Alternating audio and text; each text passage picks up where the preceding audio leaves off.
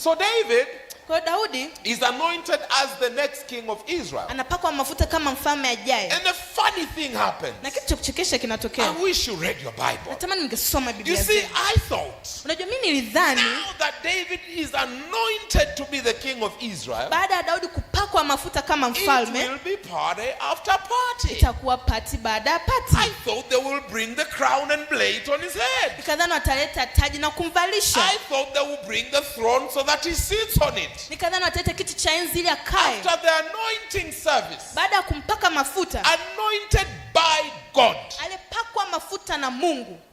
Samuel goes back to his home, Samuel anarudi nyumbani kwake and David goes back to the bush to look after sheep. na Daudi anarudi nyikani kuchunga kondoo.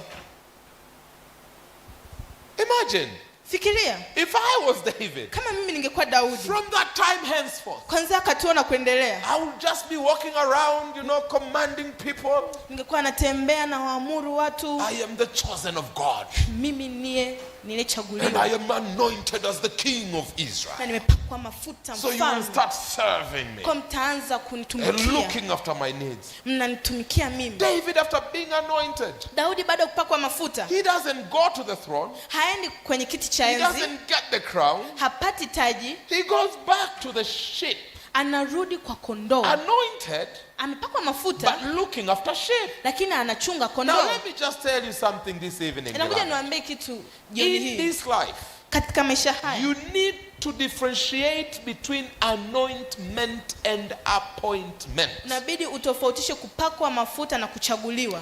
Most of us, Wengi wetu, dare I say all of us, ni kama kusema wote we are anointed for greatness. tumepakwa mafuta ya ukuu. Jeremiah says Yeremia anasema that God knew us while we were still in our mother's womb, ya kwamba Mungu alitufahamu tulivyokuwa and He katika matumbo ya wazazi wetu, anointed us, na akatupaka and He mafuta set us apart. na akatutenga. Therefore, any person on this planet Hivyo mtu yoyote katika hii dunia is anointed for greatness. amepakwa mafuta ya ukuu.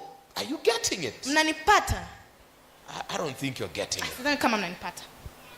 Any human being, Mwanadamu yeyote, regardless of their age, haijalishi umri gender, tribe, na skin complexion, rangi, you name it, chochote kile, regardless of everything, kuto kufanisha chochote, you are here wewe upo hapa because you have been anointed by God for greatness. sababu umepakwa mafuta ya ukuu. Now the question is, Sasa swali ni, do you have the discipline je, una nidhamu as you wait for your appointment? unavyosubiria unavyochaguliwa? Being anointed is one thing. Kupakwa mafuta ni kitu kimoja, Being appointed is another thing. kuchaguliwa ni kingine. Yes, David is anointed, Ndio, Daudi amepakwa but mafuta he's waiting for his appointment. lakini anasubiri And he kuchaguliwa, needed to be disciplined na inabidi awe na nidhamu in his anointment katikati ya kupakwa so mafuta that he may get to his appointment. ili aweze kuchaguliwa. You're not getting it. Hamjanipata? There is a young lady in this house, Kuna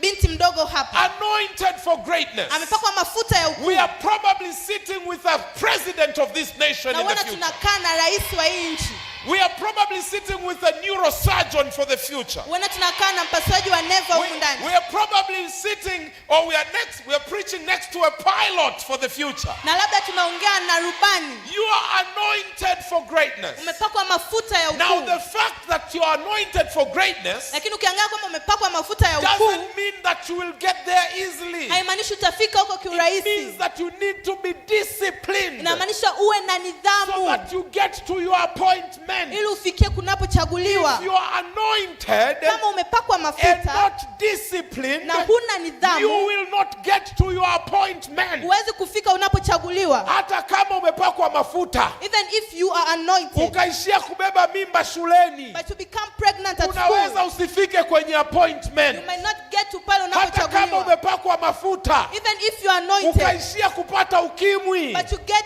AIDS, unaweza usifike kwenye you appointment. might not reach to pale Hata kama unapochaguliwa. umepakwa mafuta Even if you are anointed ukaishia kwenye ulevi, but you become an unaweza alcoholic, usifike kwenye you appointment. might not reach to the So we appointment. thank and we praise God for anointing Kwa us, tunamshukuru Mungu kwa kutupaka but it mafuta, is our responsibility lakini ni jukumu to letu walk kutembea carefully, kwa uhakika, disciplined, kwa nidhamu, as we head towards our appointment. tunavyoelekea anapotuchagua.